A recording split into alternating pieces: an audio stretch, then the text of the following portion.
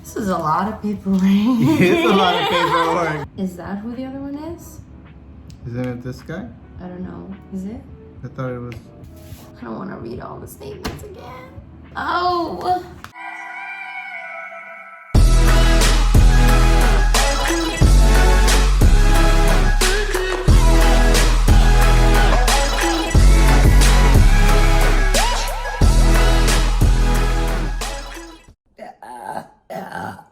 Hello and welcome. Today is not a regular episode. No. Today we are solving a mystery. I will soon have my I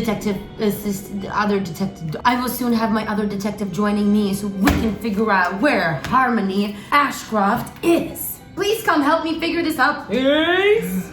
And how can I help you? That's your detective outfit. No. It's just a scarf. I don't know. Detective Buttons, nice to meet you. Detective Exhale. All Nice to right, meet you too. good. Let's do what your last name says. Sounds good to me. Okay, cheers. Cheers. Detective Exhale. Detective Buttons. I'm gonna have to investigate why this lighter's not working.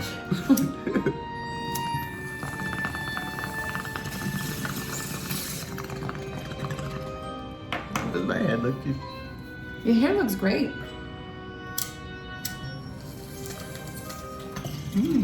What are we smoking? We're smoking some for reals. Oh, for reals. For reals? For reals. Somebody actually DM'd me saying, it would be really cool if you ordered one of those unsolved cases on Amazon. I didn't even know that was a thing. Immediately, I went on Amazon and ordered one to be opened by authorized personnel only because this is evidence, okay? I'm Is this authorized. us? Yes, we are authorized. Detective Exhale. I Yes, believe that we Detective are. Buttons. We were hired to do this job. This is case number A0305081998, and this is homicide. Bonus envelope. What? Oh, okay, let's put that aside. Let's see what we gotta Okay. do. All right, evidence. These are photographs right here. You want to take those out? Oh, wow. Instructions. Unsolved Case Files is a game that lets you solve a fictional crime using the evidence and documentation from the cold case files. Objective number 1, prove Bones is innocent. Bones. 1 out of 3. When you can prove Bones is innocent, visit the website to verify it. After verifying Bones could not be the killer, you may open the bonus envelope A. Okay. So, Heaven Photography right here. We got this beautiful picture of Harmony Ashcroft. Okay. Harmony Ashcroft did not deserve to go in the way that she did and the way that she went. We will find out right now. Put out the evidence. Okay, so we got this guy. It says McBride on his shirt. We got Admiral Joseph Arthurson. We got a children's baseball team. Not sure what that means. We will figure it out. Who the fuck are these guys? All right, we got Jason Griggs. I think he did it. Chris Adams. He couldn't do it. Wally Big Dog Bryson. Nah, he's here to save the day. Then we got Miss McCoy. Ooh, I don't know. She could have done some shit. Look at her. Yeah, I don't know. She looks a little creepy. Miss there. McCoy. And then we got Cheryl Pratt that is very distraught about something that she found out about. Officer Kent Grayson. Ooh. Chris Highsmith. Oh! What? I want to get Highsmith. Let's get it. Okay, let's pack a bowl. Chris said, let's pack it. Could you imagine if something terrible happened and we were the detectives to actually be there to figure it out? No, we're too busy grinding up weed. Jenny Rogers. Jenny Rogers. I don't know about Jenny Rogers. She looks like she's she in looks a deep little thought. suspect right there. Super sus. Okay. Cheers. Cheers.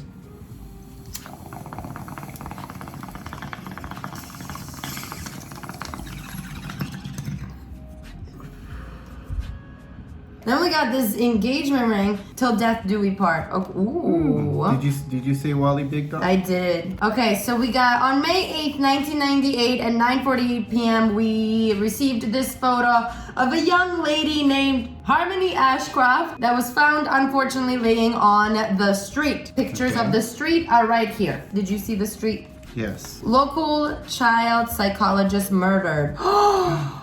She was a child psychologist? That's terrible. That is terrible. What I have here is William Bones McBride. It says a diamond engagement ring was found on him, I'm I'm guessing. I don't know. I've never looked at evidence. Let's see. You're invited. Oh, this was a wedding. Join us for rehearsal dinner honoring Harmony and Christian. Is that Oh what the no, we wedding don't is? have him yet. Oh, Ooh, okay. he's not here. Why not? I know. We have a skull fracture, it says. Victim appears to be an average 20-year-old woman in good health. Blunt face trauma to the eye and interior scalp. It said blunt. Oh, You it should did smell. say blood.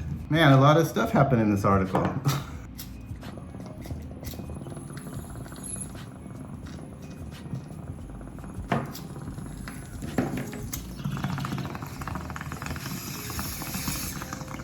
I need to pack another bowl.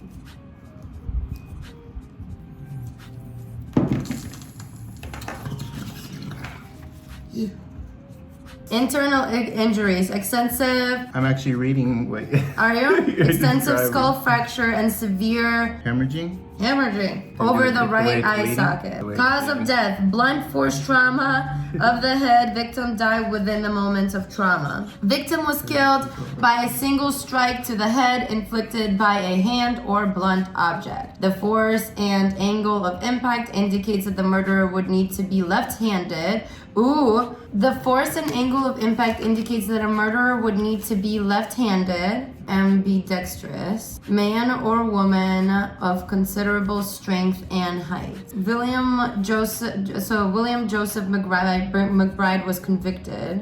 We have a map of everything. So we're trying to prove Peterson's innocence, correct? We are trying to prove that Bones is innocent. Bones. So Bones McBride arrested for murder of Harmony Bones. Ashcroft. Riverdale 24-year-old man William Bones McBride has been arrested for the murder of local child psychologist Harmony Ashcroft. According to law enforcement authorities, the assault took place after a demand for money and a brief struggle with the victim. It also appeared that the victim engagement ring was taken during the course of violent encounter. It appeared that the assailant's motive for the attack was monetary. McBride had a long history of petty crime in Riverdale, and all of evidence indicates that he was trying to get money and or valuables from the victim and struck her in the face with a blow so powerful it caved in her skull. He was then able to easily take the victim's engagement ring from her, then flee on foot, said police chef Brock. About 30 minutes after the time of the murder, McBride was found in Grant Park, right here. Okay. With Harmony's ring in his possession. According to police, McBride offered no explanation as of how he got the ring. After a detailed assessment of all suspects, witnesses, and evidence available, it became clear that he had identified the assailant. He was found with the victim's engagement ring in his hand 30 minutes after the murder. I mean, it's pretty obvious, said the police. As tragic as this kind of situation is, at least identifying the assailant and seeing him brought to justice gives family and friends the opportunity for closure. McBride is a lifelong resident of Riverdale. He spent his early years as a day laborer for Eagle Temps. He also has been briefly employed as a janitor in Ralph's Cafe and as a driver for Rusty's Pizza. When asked for comment, McBride denied any involvement in the murder. Ashcroft was also a native to Riverdale. She attended Riverdale Elementary School, Howard Trapp Junior School, and graduated third in her class from Riverdale High in 1990. Christian Peterson, look at this smug face. I know. So look, Peterson claims he drove home for forgotten presents and left Harmony alone in the parking lot. I don't know, fucking Sounds Peterson. suspicious. A Yeah. little suspicious.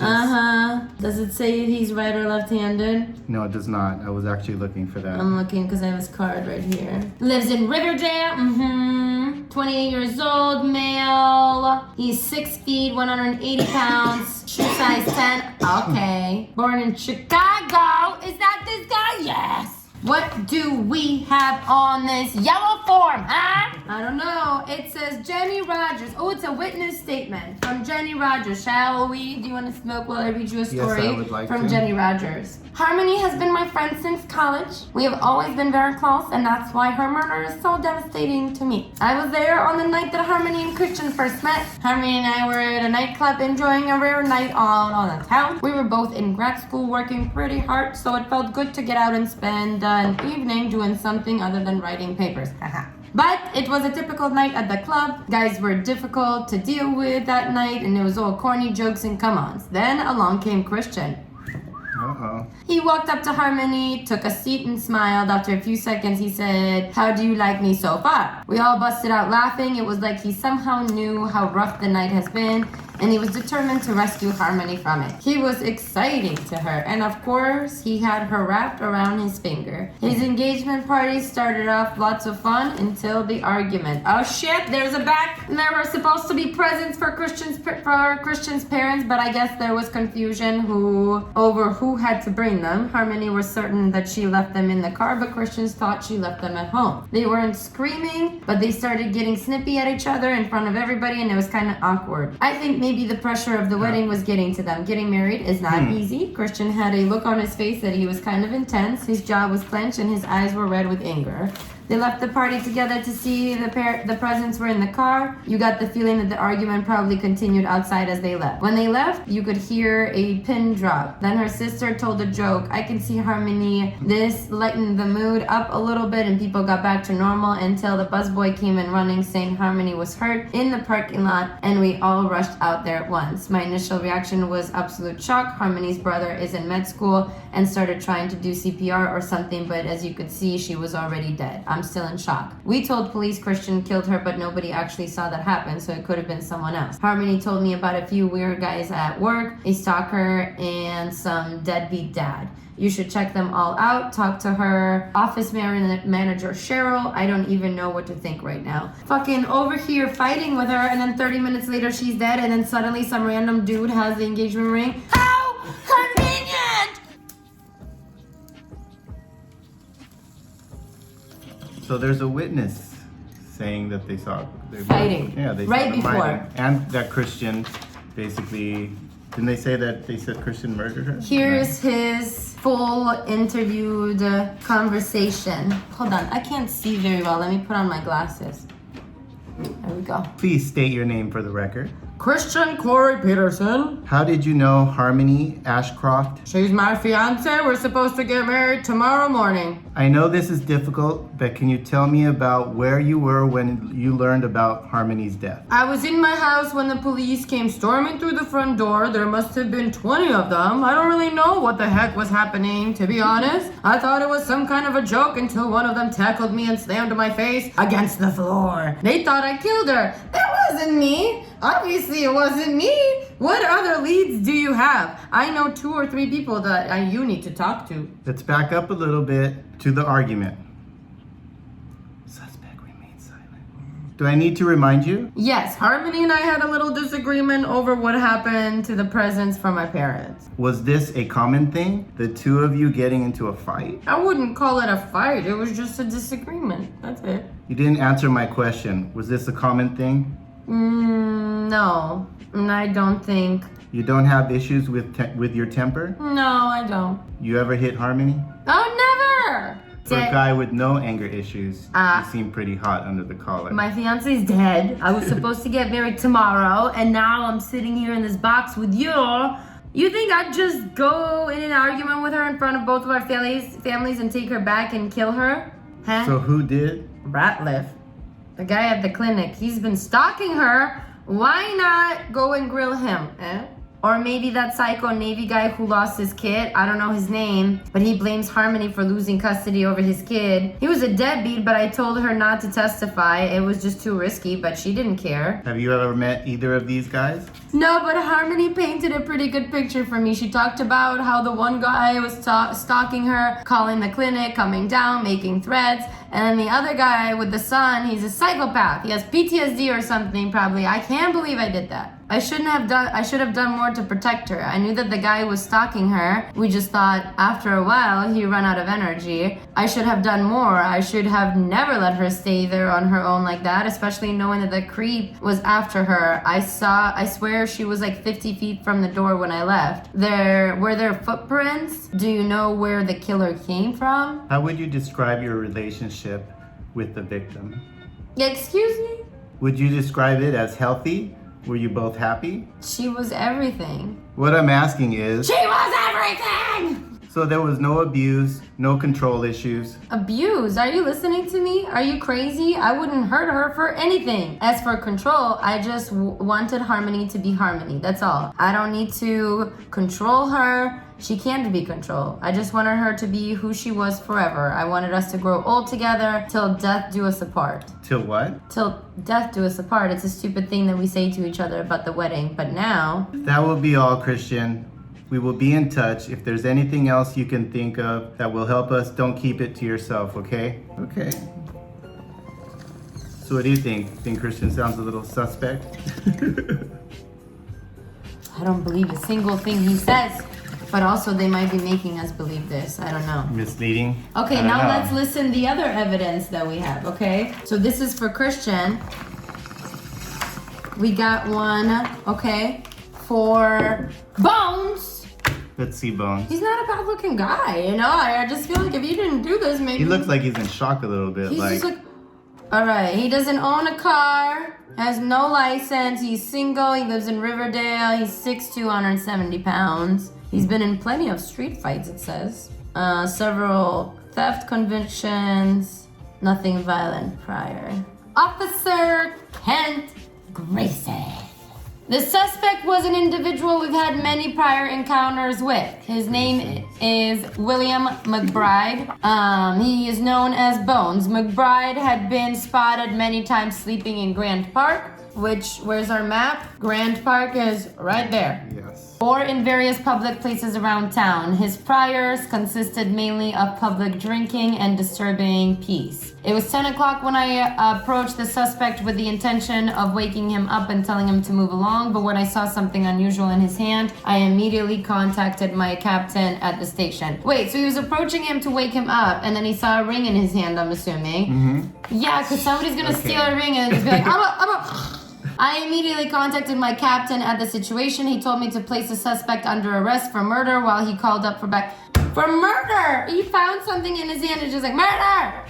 We had been aware that a murder had taken place that night and that a suspect was at a large. By the time Mr. Bride had woken up, the backup had arrived. He seemed quite disoriented. I mean, can we see the picture? He looks disoriented as fuck. This poor guy was like, I was fucking sleeping. Surprise. He was then told that he was under arrest for murder of Harmony Ashford. At this time, the suspect became belligerent and uncooperative. He repeatedly screamed that he was innocent and he didn't know where the ring came from. I mean, I believe him. I believe him too. Nobody would steal a ring and then just hold it in their hand and play dead. We also have Wally Bryson. Wally witness statement. I confirm William Bones McBride was removed from my bar at 9 p.m.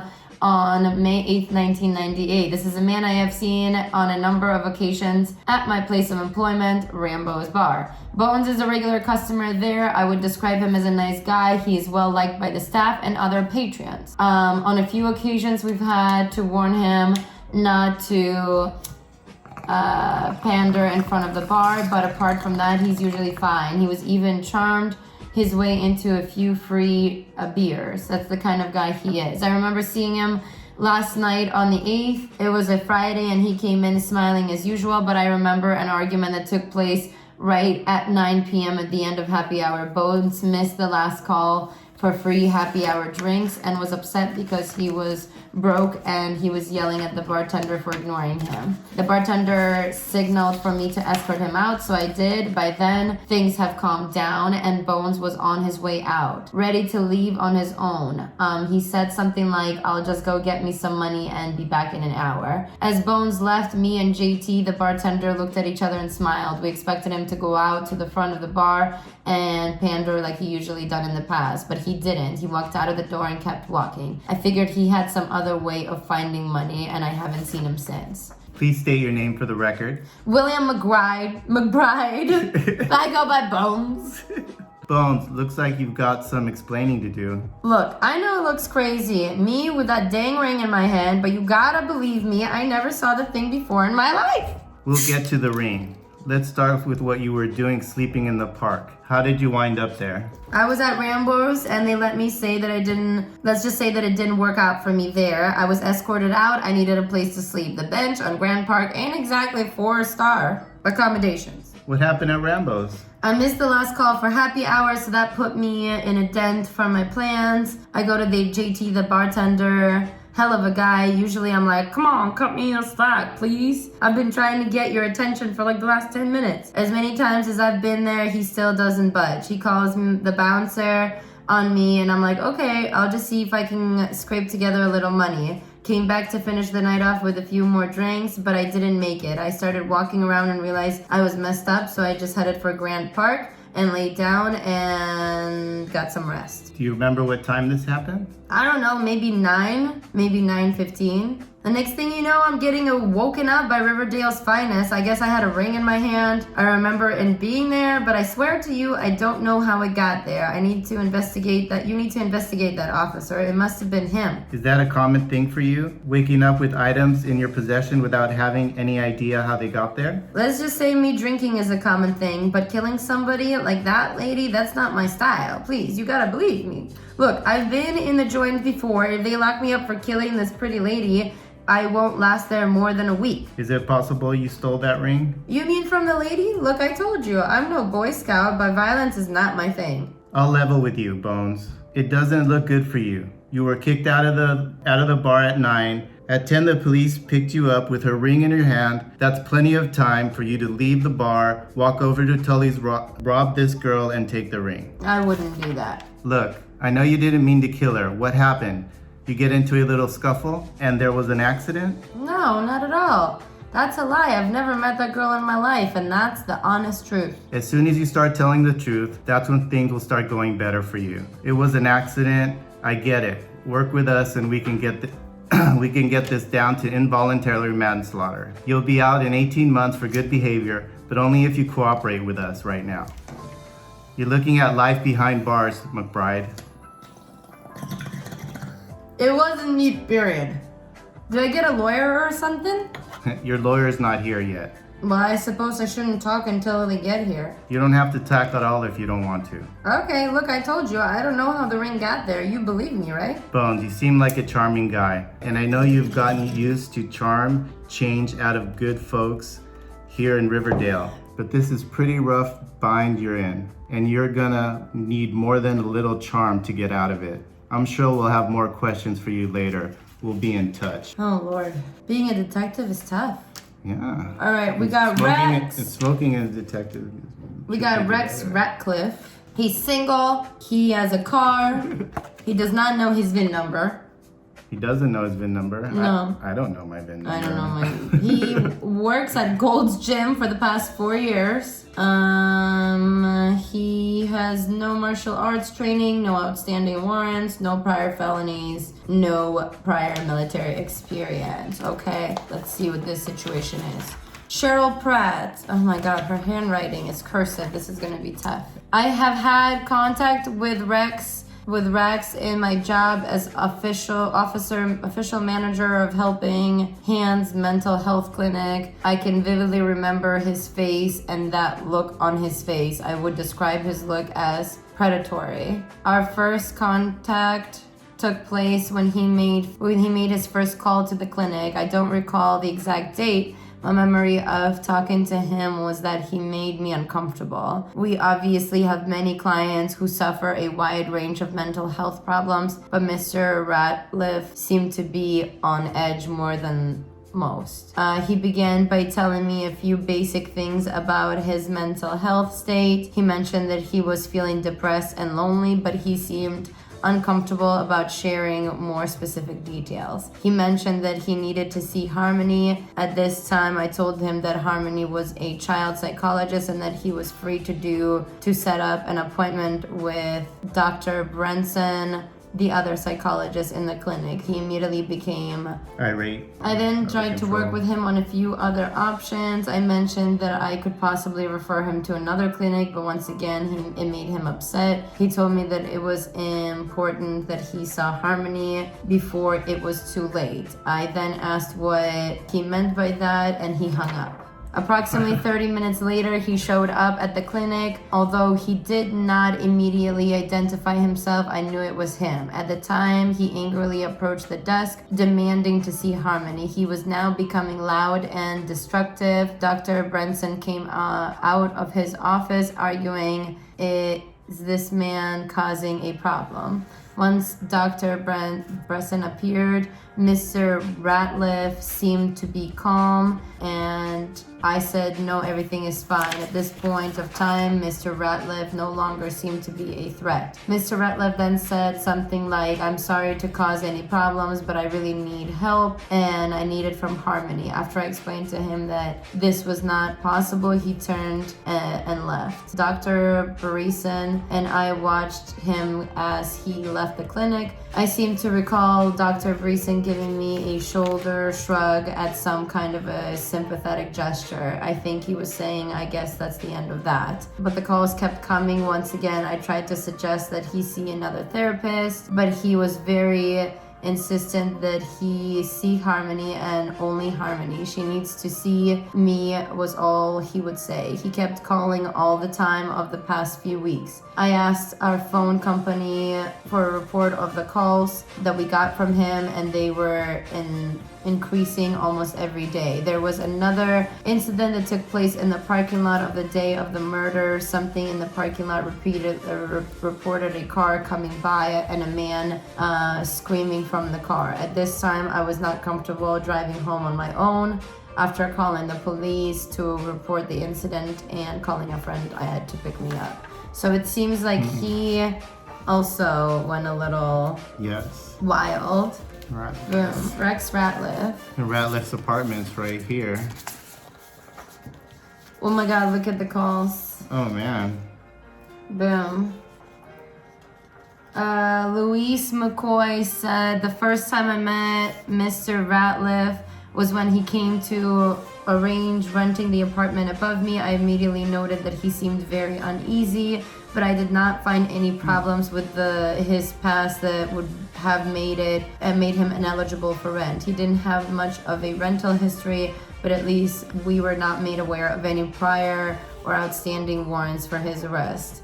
I have noted in my diary that on April 26th, we had a problem with Mr. Ratliff. It was the first time of any kind of encounter with him. The nature of the problem was that the tenant, Mr. Ratliff, was that he was exceeding an acceptable volume of noise in his unit. This violation is taken very seriously, and I need my rest to stay healthy. Prior to that situation, we had never had any major problems with him.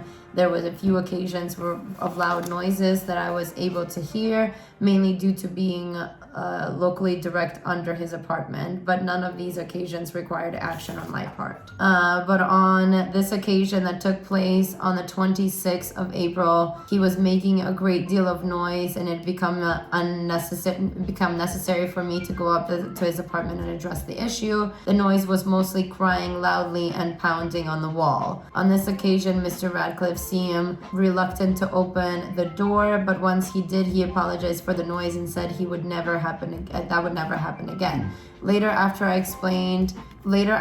exited his unit, I returned to give him a brochure regarding a local therapy clinic called Helping Hands. He seemed very responsive to the brochure. He seemed to be staring at the face of a particular in it. I believe the face belonged to the victim, but at the time I did not observe this as unusual. She was just very pretty. On the night of the murder, May 8th, I observed him coming into the building a little before 9 p.m. I know it was then because it happened right at the end of the X-Files when the whistling came on. When a little over an hour after that I heard crying and screaming, it was during the first story of 2020, so it must have been something between 10 and 10:15. I couldn't make out any of the words, but it sounded really dreadful. I immediately went up to his unit and knocked on his door and made sure he was all right and asked him to quiet down. At this time, he did not answer the door, and I went back down to my apartment. Eventually, as the evening went on, the noises stopped. By the time Chance Edwards began the 11 o'clock news, things had become become quiet again. And when I heard about the murder, and that's when I heard about the murder. His car didn't leave where he parked it when he got home around 9 p.m. Well, so he's kind of suspicious as fuck. Definitely Rex. And then we think Christian, right? I think Christian, he seems a little shifty. Let's take a good puff and see what Andy Ellen brings to the table.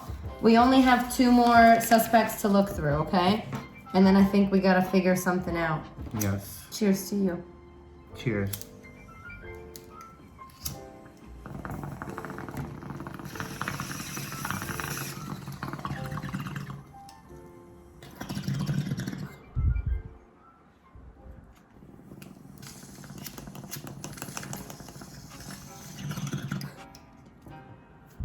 Andy Allen. Dun dun. Has a car, a Hyundai Sonata, very nice. I heard those are very good vehicles. He has no priors, no felonies, no warrants, does not own a firearm, does not have any martial art or combat experience, no military experience either, no tattoos, no scars. Lives in Riverdale. Chad Highsmith is the witness that wrote this. I have known Andy for about 3 years and he's one of the nicest guys I've ever met. I've never seen him violent or angry. When I heard about the murder, I wasn't sure what to think. I remember being disturbed by the news and surprised that this kind of thing would even happen randomly.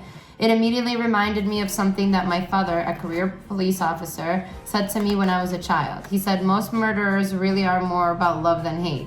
At the time, I didn't understand what he meant by that, and then I've gotten older and I understand more. Harmony's murder was a shock to everybody, even people like me who just knew her casually. She was so young and beautiful. I was aware of how close she and Andy were. I knew that they had been close friends since childhood, Little League, I think. After her murder, I began to think about a few strange conversations I had with Andy. There was one occasion when we were joking about how hard it is to be just friends with a woman. At one point, he became staring off into the distance and said, I guess it can work as long as you never fall in love. I left, but he didn't. I didn't even have to ask who he was talking about. He talked about Harmony a lot.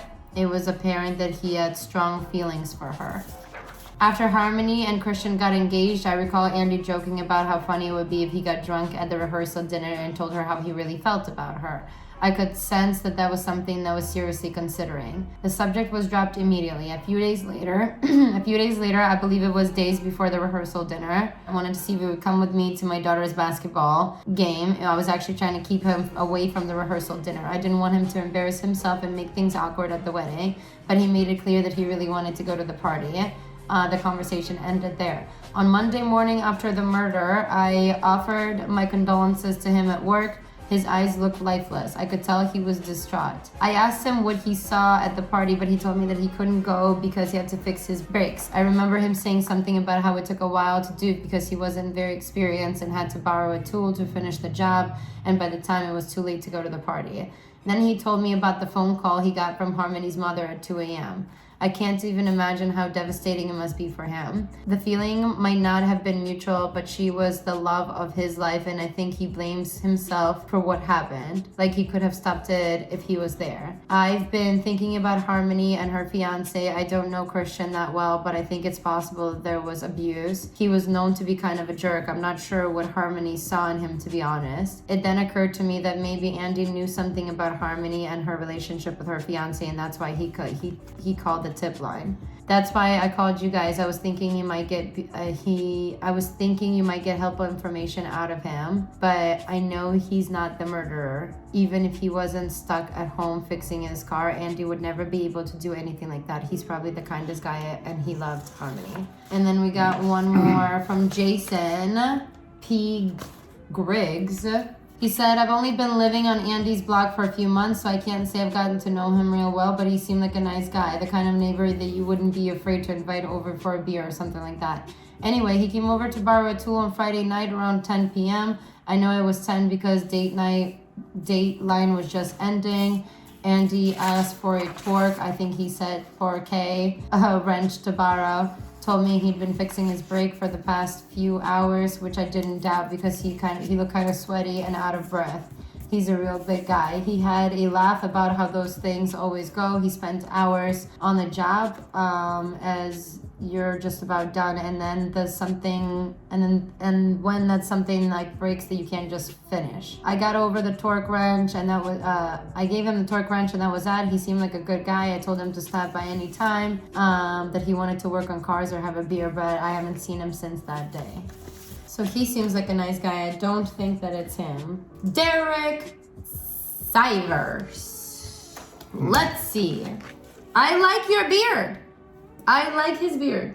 Look at this beard. I like the beard too. I like it a lot. Has years of military combat training, 12 years in the Navy, never convicted, does not have any outstanding warrants. He has a pending family court issue. He has been working at Walmart for 9 months. He drives a Ford Bronco. Nice. Chris Adams said, I confirm that this is the man that I've seen several times at Helping Hands Mental Health Clinic. I have provided landscaping services at the clinic for about 2 years. I knew him for about 2 years. I seem to recall that we met when he was exiting the building when I noticed the Navy tattoo on my forearm. He mentioned that he was also a Navy man and was struck up a conversation about the difficulties of adjusting to life after leaving the Navy. I would see him after that and we would talk, only a few occasions. We would just share and nod. I would say that he was generally in good spirits when I would see him at the clinic. There was an occasion yesterday where I could describe his mood as irate. The incident began when I was in the parking lot on May 8th, 1998. He had pulled up at the parking lot with an angry look on his face. I asked what he was doing there. I would usually see him picking up or dropping off his son, but I had heard through the grapevine that he no longer shared custody of him.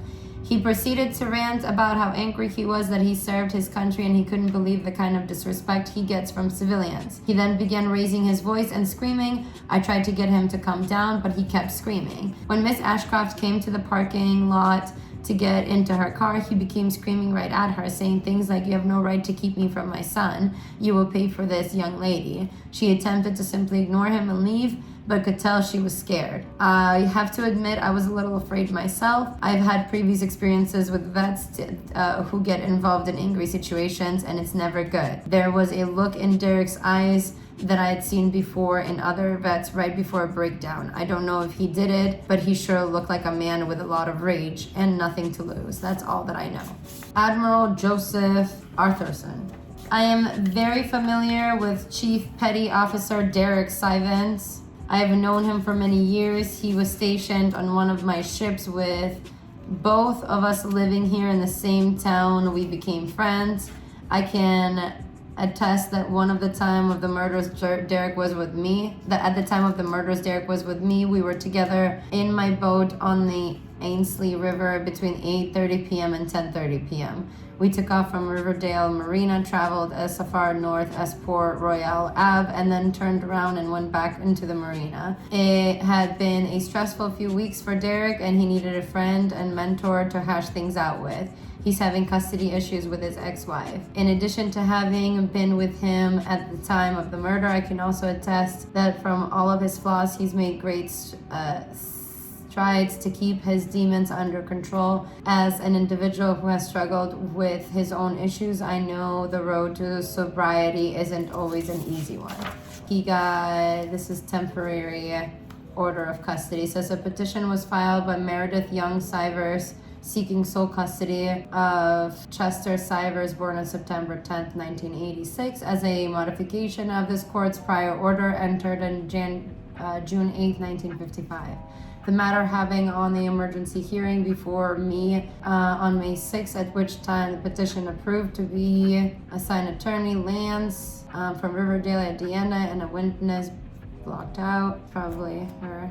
Mm-hmm. After taking testimony from the parties and witnesses and based upon the court consulted a hearing and ordered the petition is granted to sole legal custody. Okay, cool. Okay, so here's where we're at. Derek was pissed off because he got his child taken away from him and she testified against him in court. Christian told her not to, but she did it anyway. Who was there?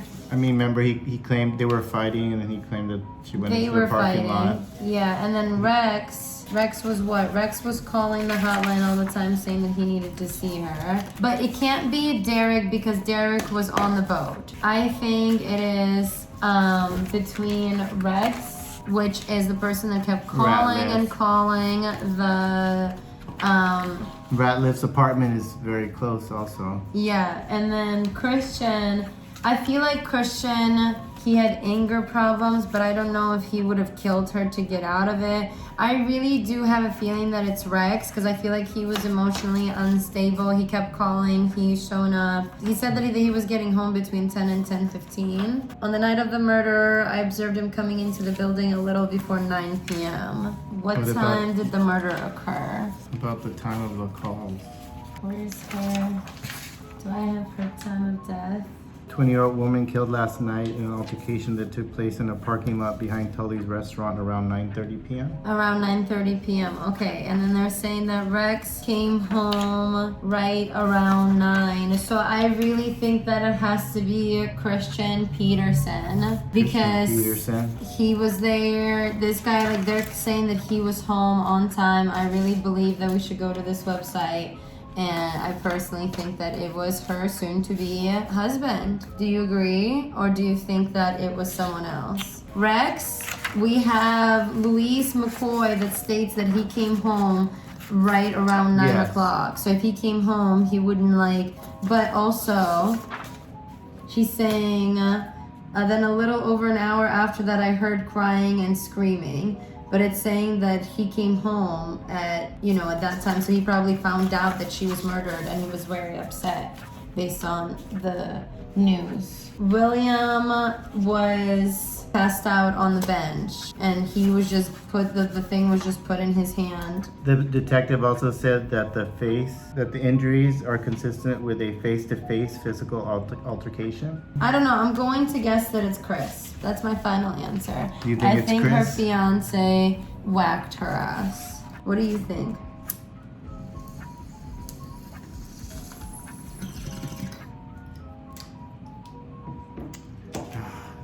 Christian, the only person I was just thinking of more was just Ratliff. That was about it. Okay, so that's what. So you could take notes on there. So Rex Ratliff, we have 2 testimonials here, and she says, on the night of the murder, May 8th, I observed him coming into the building a little before 9 p.m. I know it was then because it happened at the night of the X-Files. A little over an hour after that, I heard him crying and screaming during the 5th story of 2020, and it must have been something between 10 to 10:15. I couldn't make it out what he was saying. So he was there crying. So I don't think it can be him. I think Bones was set up. Bones was definitely set up. I think that the PTSD, a Marine or Navy SEAL that had a custody problem, I believe that he was on the river between 8:30 and 10:30, and like they said, even if he wasn't, he wouldn't have done that. So I'm calling him out of this personally. That leaves us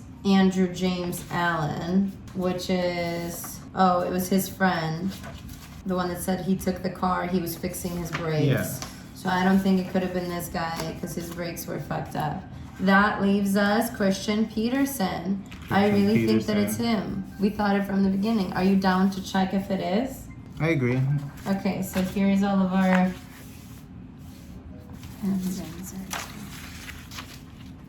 So I'm gonna go on this website. You'd have to do a lot of investigating. Unsolved. I know, we need to take notes. Casefiles.com. Okay, can you prove Bones is innocent? What 2 documents prove Bones did not kill Harmony? Oh shit. Article titled Popular Local Child Psychologist. Article titled Bones McBride arrested for fuck. Is this picture is for behind Tully's, right? Mm-hmm. And then she was found behind Tully's, right? This picture was at 9:43, and then that picture was at 9:48. They're saying she was murdered at 9:30. I guess. You think? How about the witness statement? That's what I'm. Okay, so Admiral Joseph, that one, because that one states the time that it's not, and then the other one is The picture is just left-handed. It is the catcher, Who is it? right? Who's that? Oh, baseball game. His kid's baseball. Well, the baseball game that was mentioned was Let's see, because Harmony and two boys. Who's the one that she plays baseball with? Since they were kids, they knew each other. I was aware of how close she and Andy were. I knew they had been close friends since childhood. Little League, I think, after her murder. Chad Highsmith witness. Boom. Sorry, neither of those are the documents you needed. Oh! Need a hint? One of the two documents you need to prove Bones is innocent is the made article, Local Child Psychologist Murder. That was you. Okay, let's read it out loud. A 28-year-old woman was killed last night in an altercation that took place in the parking lot behind Tully's restaurant around 9:30 p.m., which is when that guy was coming out. What's the name of our dude that came out of the bar? Okay, happy hour. Who was at Tully's? Will you look through these and see where it comes out as the name? Miss Aircraft was attending the rehearsal dinner for her wedding to Christian Peterson, which was scheduled for today at St. Michael's Church. Police investigators have determined her death to be a result of a blunt impact to the head. According to the detective Jack Stayson with the Riverdale Police Department, the injuries were consistent with a face-to-face physical alternation with another person. We ruled our incident causes to have launched a full homicide investigation. The victim's body was discovered by a member of a waitstaff that was taking out the garbage. He rushed outside to inform the wedding party, resulting in a massive panic as about 30 people rushed towards the back parking lot to help the victim. Oh, that was Christian. According to the reports, Ashcroft and Peterson left the restaurant to get some gifts out of the car and never returned. Peterson was apprehended by the police at the residence around 10 p.m. Peterson claims he drove home and forgotten presents and left Harmony alone in the parking lot where someone else must have attacked her. He reached for comment. When reached for comment, the fiance said, "This is a nightmare. Harmony is the love of my life, and I would never do anything like that to her. I'm cooperating with the police, and we're going to find the real killer, and they're going to pay." Aircraft friend Jenny Rogers added, "I can't imagine who would have wanted to break everyone's heart like that. She was truly special." Local ties. Do we remember Jenny Rogers saying anything? Oh, there she is. You're holding it. Yes. Read her shade if there's anything fishy. Ashcroft was a native to Riverdale, having been born and raised in the area. She attended Riverdale Elementary, blah, blah, blah. At Riverdale High, she was a star athlete on a softball team. As the catcher, she led the team to the Indiana High School Girls Softball Championship in both her junior and senior years. In addition to her athletic achievements, she was also a great student, maintaining a 3.95 grade point average all throughout her years at Riverdale High. She made honor roll for her final 8 quarters of attendance. Class members recall the young Ashcrofts as a bright, warm girl who would happily put the needs of others above her own. Everybody loved her, said Gina, the classmate. She had a sweet way about her and made it impossible to even get upset at her. She was amazingly smart, but humble about it. After graduating 3rd in her class at Riverdale, she continued her legacy as academic excellence and athletic greatness in the University of Chicago on a full athletic scholarship. As a psychology major at the University of Chicago, Harmony developed a keen interest in ways to help children develop. Those close to her insist that the seeds of such an interest were planted early in her childhood. As the oldest of 4 kids, she was amazingly skilled at helping her brothers and sisters, according to her friend Jenny Rogers. It seemed like, the kind of career she was destined to have from a young age. Is it Jenny? Fucking jealous? I mean, because she's like accusing her of stuff. I'm just trying to see. When you find the proof that Bones could not have been in the scene of the crime, you're not looking for a small detail or an inconsistency. To prove Bones is innocent, you'll need the article titled "Local Child Psychologist Murdered," but the clue is not on the front of the article. Is it on the back? In 1995, Ashcroft, along with friends and fellow psychologist Jeffrey Brisson, founded a private practice mental health clinic called Helping Hands. There, she focused on assisting children who struggled with developing needs A well-respected member of the counseling community, Ashcroft attended and occasionally spoke at various psychology workshops and according to the colleague Brisa, her advice was frequently sought by those who wanted to excel. She had a magic touch with kids, and everyone wanted to know how it worked. A beloved member of the community, Ashcroft was well known for her willingness to lend a hand to those in need. She was frequent organizing for charity events such as the annual Helping Hands softball game. In 1997, formed the Coalition for Children's Rights, a nonprofit organization focused on helping disadvantaged kids within Riverdale throughout Wilson community. Police confirmed that they are questioning the investigating several people of interest but have not released the names of suspects. Detective Stason is optimistic about the investigation. There's a reason we don't see many homicides in Riverdale because we always find them, always. I'm confused. I feel like we're not very good detectives, detective. It's, well...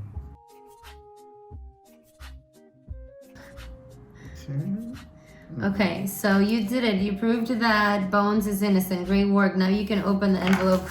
Bonus envelope A. Temporary road closure. Riverdale Department closed. Dale Bridge. Oh, the Dale Bridge. Okay. Here's what got it. Temporary road closure. So it's on the back. Temporary road closure? Temporary road closure. Riverdale Fire Department closed Dale Bridge to both vehicle and pedestrian traffic for 1 hour on Friday night to clear and downed. So this was closed. You found the article about the Dale River Bridge being closed from 8:45 p.m. to 9:45 p.m. According to the map, Bones couldn't have gotten across the river to Tully's and come back to Grand Park in time. Let's see now. That's pretty tricky though. That's the information very was on the tricky. back of the So article. basically, listen, this is our first one. So now we know the next time that we get this, which I hope if you guys like this, we'll make this a segment. We'll know that you have to literally be like with a magnifying glass and everything. Well, they did give us a magnifying glass. Did. So we have an article and a card. It says, crack the false alibi. 1 out of 5 suspects in the case have lied about their alibi. Your job is to find the proof. When you can prove a suspect's major lie with an alibi, visit this page. So start taking notes. Okay. Well. Okay, so Rex 9 p.m. and then was crying at 10 to 10:15. Yeah, so here we have to go, we'll go through these. Okay. For Peterson, or for Jenny Rogers said that he was there fighting. Okay. So he was fixing his brakes. Andrew James Allen, Jason P. Is that why Briggs. they're showing brake lights right here? So Allen is saying he was working on his car. Jason is saying that he came in around 10 p.m. and grabbed his stuff and he was all sweaty. And he also told this guy he couldn't go because he fixed his brakes. I remember him saying something about how it took a while. Then he told me about the phone call he got from Harmony's mom at 2 p.m. So that's what they're saying. So he's saying he was fixing the car. Okay, Jason, right? This is for Andrew James Allen. But that's what Jason said, yeah.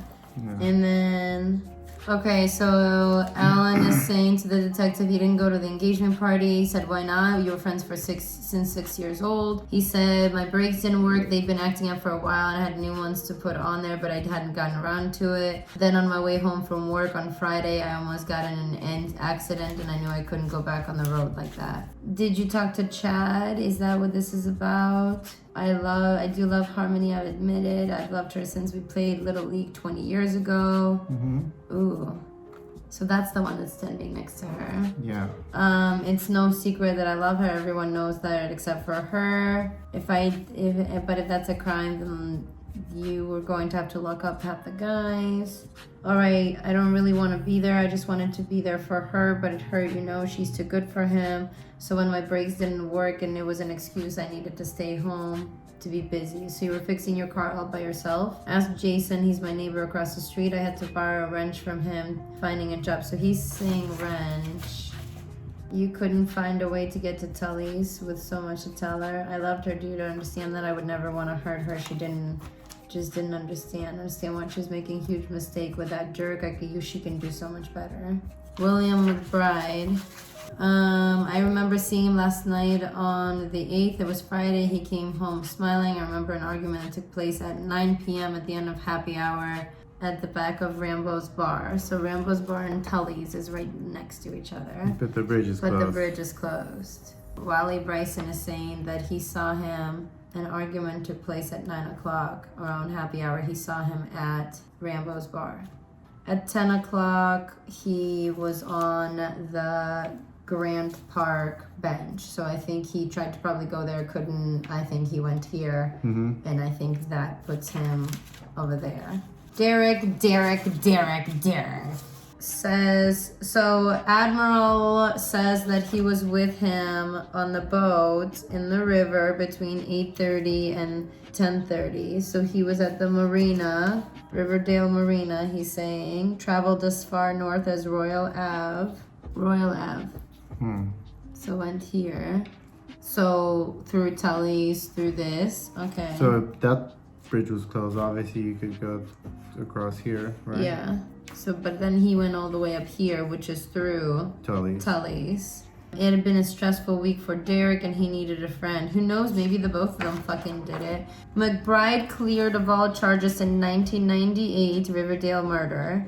Thanks to a newly reopened case, local man William Bones McBride has been fully cleared of all charges in the decades of homicide of revered child psychologist Harmony Ashcroft. After years of incarceration at Indiana's maximum security state prison, McBride has been released with no charges remaining to face. Police Chief James Vig has made it clear that McBride is now a private citizen who is free to go about his business. He adds, "It is deeply unfortunate that this mistake has been made. Yeah, it is never easy to pick up your life after losing so many years to a horrible error in the justice system. But we sincerely hope Mr. McBride will be able to do so." From the moment he was arrested and charged with Ashcroft's death, McBride has insisted upon his innocence, claiming to have no idea how the victim's engagement ring came to his possession. But an independent investigator brought new evidence to the police to free McBride. The Dale Bridge was closed to the night of the murder from 9 p.m. to 10 p.m. And since Mr. McBride did not have access to a vehicle, he could not have left Rambo's Bar at 9 p.m., walked to Tully's, committed the murder at 9:30, and walked back to Grand Canyon Park by 10 p.m. The smoking gun evidence was a newspaper article confirmed the time and date of a bridge closure found on the back of an article about the murder published on the paper of May 9th. Yay, we found that. We found it. Yes. While behind bars, he received his GED and bachelor's degree with an eye towards a career in law. "I have to learn the hard way that the law isn't always on your side. I was able to help a few other inmates with their cases, and hopefully with a law degree and a few years, I can help way more. According to Vig, we're reopening the case, and I'm confident we'll find the murderer this time. We always do. Eventually." Dun dun. Yeah, right. You always do eventually. What's on the back? All right. Properties for sale. We're hiring sheet metal technicians for sale. Something updated lakefront property with surrounding 6 feet. The Wilson County Department is auctioning the items listed below. Okay. Is this one of the cars? I'll read you off cars. Will you tell me if this is one of theirs? Okay. Because that would be, if you're auctioning off cars, you're hiding something. No? Huh. Let's focus on the crying Rex. Yeah, Rex. 9 p.m. and then he was crying from 10 to 10:15. Yeah, this is the guy that kept calling the clinic.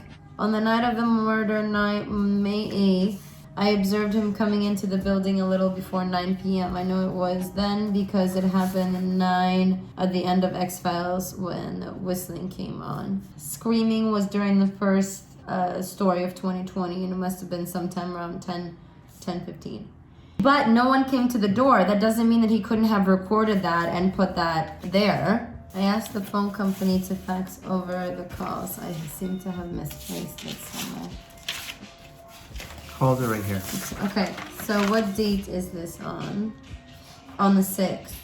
So what date was the murder?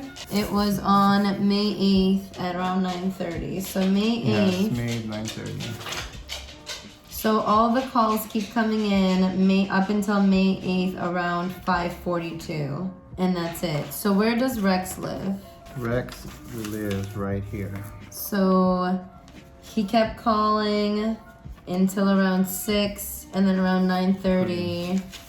So the calls coming once again. I tried to suggest that he see another therapist. I told the company to email over the calls from him. It was another incident took place in the parking lot the day of the murder. Someone in the parking lot reported a car coming by with a man screaming from the car. And he has an 86 Chevy. So he was then there. At this time, I was not comfortable driving home after calling the police. Let's see what her said. Okay, so here we go. April 27th, 5 calls. April 23rd, 3 calls. April 29th, 3 more calls. And then the next day, just tell me what happened. It wasn't me. I needed her help. She's a therapist. I needed her help. I know you killed her. You can't hide behind a psychotherapy bull. You could have found another therapist. I know you showed up at the clinic threatening her. Just tell me that you didn't. No more screaming, no more games. We'll get you help. I tried to get help. I tried to get the voices to go away. I saw Harmony in the brochure and I knew that she couldn't make my mother's voices stop. What happened that night? Talk to me. I told you already I was at home the whole time. My mother was murdered. He wasn't at home the whole... Okay, so inconsistency. The inconsistency is Cheryl is saying that he came and he's saying that he was at home the whole time. My mother was murdered on May 8th, 1978. My stepdad hit her in the face with a baseball bat. So he would do something with a blunt object. I found her. Look it up. You'll see Harmony looked just like my mother. And I had to hear her voices. You better hope it checks out if there is anything else. This isn't the time for guessing. Will your landlord confirm that you were at home all evening? Yes or no? I think so. I don't know. I don't have a good memory. She's old. You better hope so. So she confirmed, but she didn't see him. He has PTSD with his mom and something very similar that happened. So I think Rex Radcliffe is where the inconsistency is about where they were. So let's see. One of the 5 suspects in the case has lied about his alibi. Your job is to find the proof. When you can prove the suspect's lie, go to Harmony 2. Which suspect is lying and how did you find out about it? So I think it's recorded interview. Mugshot photos. Sorry, neither of those are the documents. One of the 2 documents you'll need is a photo from the crime scene. Here, try to write this down. I'll tell you if it... I think the license plate has an N. The last 2 numbers look like 6. Looks like a T. Hyundai. Hyundai Sonata. License plate 6444335. Yes. Allen. Yes. Andrew James Allen. Okay, hold on. And he said he was working on the car. His car is right there. I know. 9:38 p.m. Motherfucker! Yes. So you're just gonna sit here and lie? So he definitely drove. From down here, across the bridge. He said I was home all day, but it said that he was working on his car, whatever said that. Jason Briggs said that he came to pick up. Oh, yeah. And Jason is a fucking liar. Witness statement, let's see. At 10 p.m. And sorry, the 2 are not the 2 documents we're looking for, but you did get one right.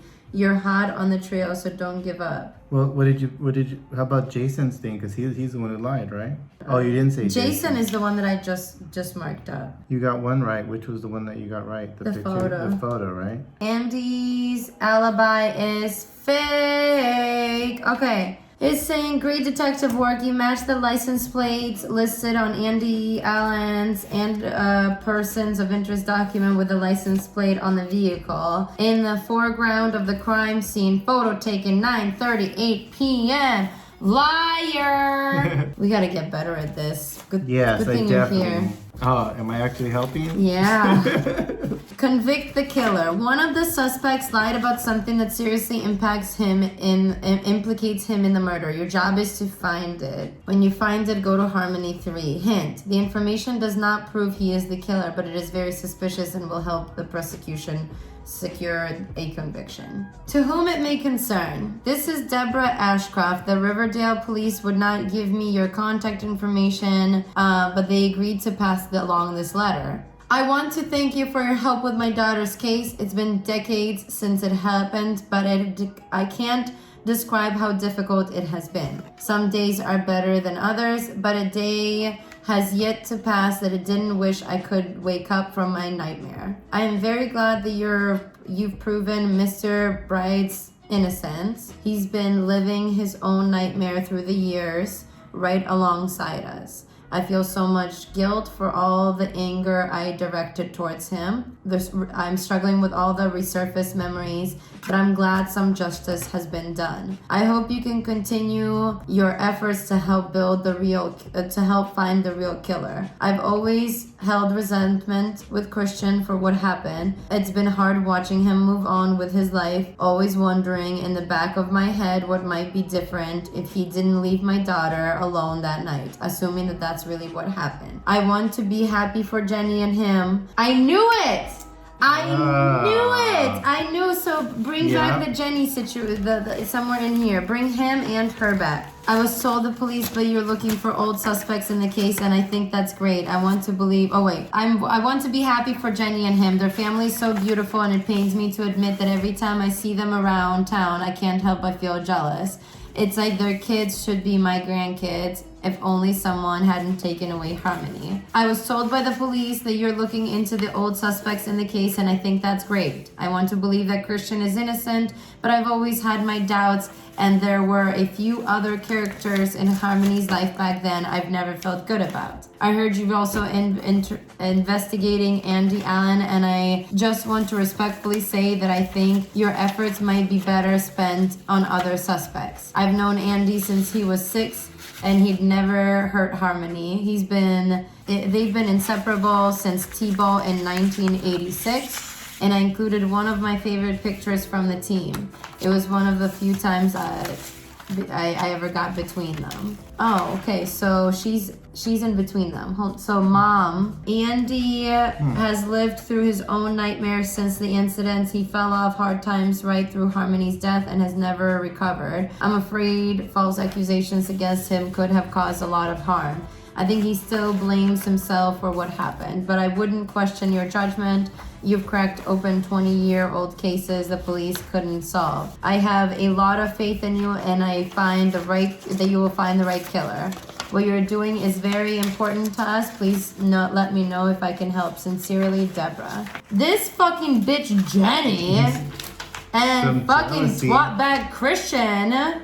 Alright, Harmony has been my friend since college. She has always been very close with me, and that's why her murder is so devastating. I was there the night that Harmony and Christian first met. Harmony and I were at the nightclub enjoying the rare night of town. Sounds like she was jealous. Yes. Then he came up and approached Harmony instead of Jenny. We were at a nightclub enjoying a rare night in town. We were both in grad school working very hard, so it felt good to get out and spend an evening doing something other than writing papers. But it was a typical night at the club. Guys were difficult to deal with that night, and all the corny jokes and come-ons. Then along came Christian. He walked up to Harmony, took a seat and smiled. After seconds, he said, "How do you like me so far?" We all busted out laughing. It was like he somehow knew that it was a rough night and determined to rescue Harmony from it. That's what Christian was to her, an escape from ordinary guys. He was exciting to her, and of course he had her wrapped around his finger. The engagement party started off fun until the argument. There were supposed to be presents for Christian's parents, but I guess there was confusions on who was supposed to bring them. Harmony was certain that she left them in the car, but Christian thought he left them at home. They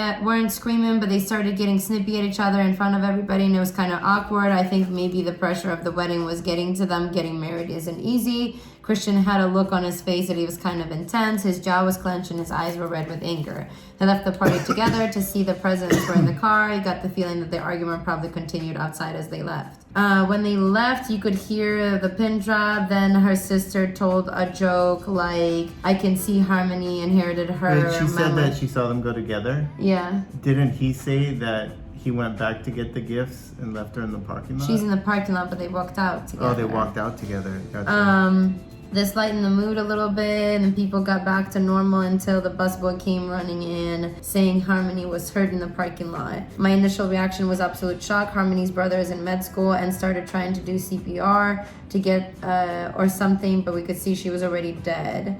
We told police Christian killed her, but nobody actually saw what happened, so it could have been someone else. Harmony told me a few times, a few weird guys at work, a stalker and some deadbeat dad. You should check them out. Talk to her officer, Cheryl, her manager, Cheryl. I don't even know what to think right now. Harmony and I went to the parking lot to check the Land Rover for my parents' presents, but they weren't in there, so I drove home to get the presents and left Harmony in the parking lot to return to the party. She was 50 feet away from the door when I left. Police approached me in my home when I was picking up the present. So where do they live? Let's look at the map again.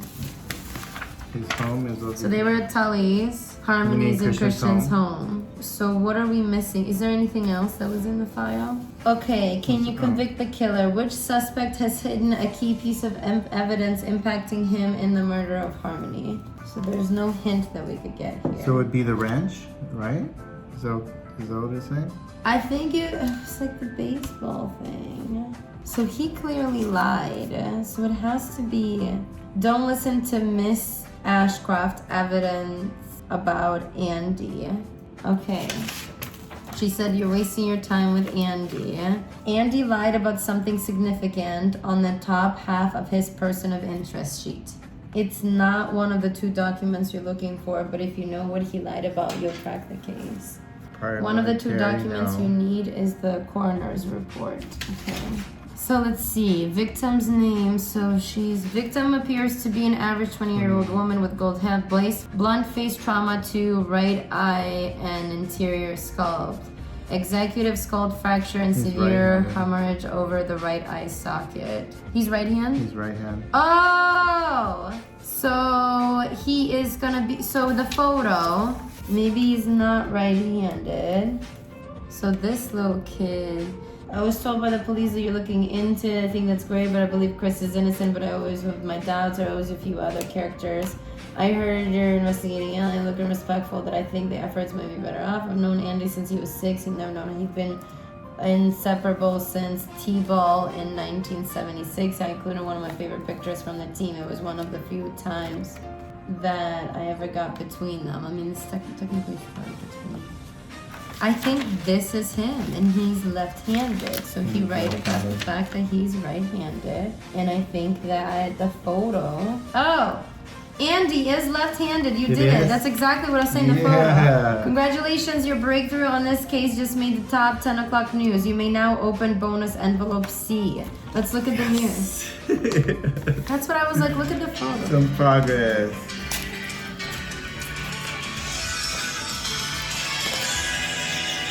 In a shocking turn of events today, 48-year-old Riverdale man Andy Allen has confessed to a murder that happened over 2 decades ago. According to authorities, Mr. Allen confessed to murdering Harmony Ashcroft in the parking lot behind Tully's restaurant in Riverdale on May 8, 1998. The murder happened on the night before Miss Ashcroft was to be married and drew national media attention at the time. Allen's confession comes just days after the surprising release of another man, William McBride, who had been wrongfully convicted of the same crime. According to his confession, Allen approached the victim in the parking lot to tell her that he loved her, and after responding that she did not feel the same, he became enraged and struck her in the head, crushing her skull and killing her instantly. Allen admits to then stealing her engagement ring and leaving the scene of the crime. While driving home, he placed the ring in the hand of a homeless man sleeping in Grant Park. That man, William McBride, was found by police with the victim's ring and was convicted of murder. McBride spent over 20 years behind bars for a crime that he did not commit. Allen originally told police that he was at home on the night of the murder, But an independent investigation uncovered photographs showing a vehicle with his license plate at the crime scene. Nice. Heck yeah. Allen also lied to police We about made the being news. right-handed because investigators were looking for a left-handed killer. An independent investigator also uncovered evidence revealing that Mr. Allen had lied to police and had been left-handed his entire life. He switched to writing with his right hand while under investigation for the murder and has continued living as a right-hander for over 2 decades. Wow. When detectives Wow. approached Yeah. Allen about the inconsistencies in his alibi earlier today, he apparently broke down and confessed. I will have more on this story later in the broadcast. Well, we did that. Hold on, but wait, there is more. All right, it says, congratulations, detectives. You solved this case. Voluntary statement. My name is Andy Allen, and I killed Harmony Ashcroft on May 8, 1998. It was a crime of passion and not premeditated. On this evening of May 8th, I drove to Tully's to attend Harmony's and Christian's wedding rehearsal dinner, and I intended to tell Harmony that I loved her, but I did not think that she should marry Christian. And when I arrived at the party, I did not have the courage to go in. I didn't want to be around all those people celebrating a wedding and decided to wait to talk to Harmony by her Land Rover in the back parking lot. At about 9:30 p.m., Christian and Harmony came out of Tully's together. They were arguing, and I hid behind another vehicle since I wanted to talk to Harmony alone. Christian was really angry and screaming in her face, and I was about to fight him when Christian got into his car and sped off out of the parking lot alone. I thought it was the perfect opportunity to tell Harmony how I felt, so I walked up to her with every ounce of courage I could muster to share my true feelings. It took me a minute or two, but I told her that I'd fallen in love with her at 6 years old playing t-ball together, and my feelings had only grown stronger through the years. I told her that she could do much better than Christian, and that if she only gave me a chance, I could prove it. Harmony's reaction was not what I anticipated at all, and so I ran through the scenario all of the times I ran through the scenario through in my head. She said something like, "Oh, Andy, you poor thing," and put her hand on my shoulder, but I took a step back. It was clear that her feelings for me were not the same as mine, and I was floored and embarrassed beyond belief. I had ran through the scenario many times in my mind, and it wasn't ever a response I was expecting. She kept coming towards me, offering me pity and concerns for my feelings, like I was one of her patients, and I just couldn't take it. I kept asking her to leave me alone, and she kept reaching out, and I kept backing away. She kept moving toward me, and I was so crushed and embarrassed and confused, and the rush of my feelings along with her pity caused me to snap. I just wanted her to give me some space and give me a minute, but I lost control and punched her in the face really hard with my left hand. I'm not sure where that came from. I've never felt violent in my life. Harmony went down instantly and I immediately got down to try to help her, but she didn't have a pulse, and it was clear from her lifeless eyes that I had badly crushed her skull. As I stood above her in absolute shock, I noticed the engagement ring on her hand and thought about how Christian caused all of this. In the heat of the moment, I decided to take his engagement ring, thinking that he didn't deserve to see it on her hand ever again. I hurried back to my car and was too rattled to drive right away. After about 10 minutes, police arrived. I realized I better get out of there and drove home, taking the bridge near Riverdale Marina. After halfway home, I realized that I had to get rid of the engagement ring, so I stopped at Grand Park. When I saw Mr. McBride sleeping, I put it in his hand. I didn't know Mr. McBride, and I didn't intend for him to go down for murder. I just thought for a few days he might try to pawn the ring and he'd get back to the police and send them into a wild goose chase looking for the wrong killer. I realized I didn't have an alibi as soon as I got home. I went to my neighbor's house and pretended like I had been fixing my brakes on my car all evening, even though I had to fix them earlier that evening before leaving for the party. I knew that police would be looking for a powerful left-handed person. While filling out the person's report, I decided to put that I was right-handed. I've been using my right hand ever since. I'm sorry for what I've done to Harmony, Christian, and their families, Mr. McBride, and everyone who else has been affected by my actions. I'm actually relieved to finally admit what I did, and I hope it helps some. I'm not sure if my nightmare is finally over or just beginning. Whoa. This is cool. His nightmare is just beginning. Oh, yeah, he's about to. Your nightmare is just beginning. You know what that is? Yeah. That's your butt. That's his butt against somebody right now. All right, we solved a murder, kind of. We did look for a lot of hints. This is tough. It is I very watch a lot of tough. Law and Order, and this was like, woo! but this is really fun. This was fun, but This was wow. extremely fun, and it was pretty affordable on Amazon. I think I will order more, especially if you guys, I'll order more. If you guys like it, I'll film it. If not, we'll just do it for fun with a group. I think you could definitely have several investigators with this. Oh yeah, are Because you people kidding can me? divide and conquer. This agree was with that. so fun. Good job, Detective Buttons. Good job, Detective Exhale, Inhale, or whatever you are. Exhale. Exhale, okay. Did you enjoy yourself? I did. Good. Thank you for doing this with me. Sure. I was just, when you first opened the package, I was a little overwhelmed with how much information was Me inside. too. Oh my God. Oh my God. But Wow. like, I get why. Yeah, of course. It's hidden in there. And honestly, now that I understand how it works and that we really need to look Yeah, for everything, we'll do a better job next time. I do understand more now. I'm gonna order another one. If you guys enjoyed our pieces that we use, code Koala will save you some. I hope you guys are having a good time solving murder mysteries with us. That one doesn't work. Here you go. Cheers. Cheers.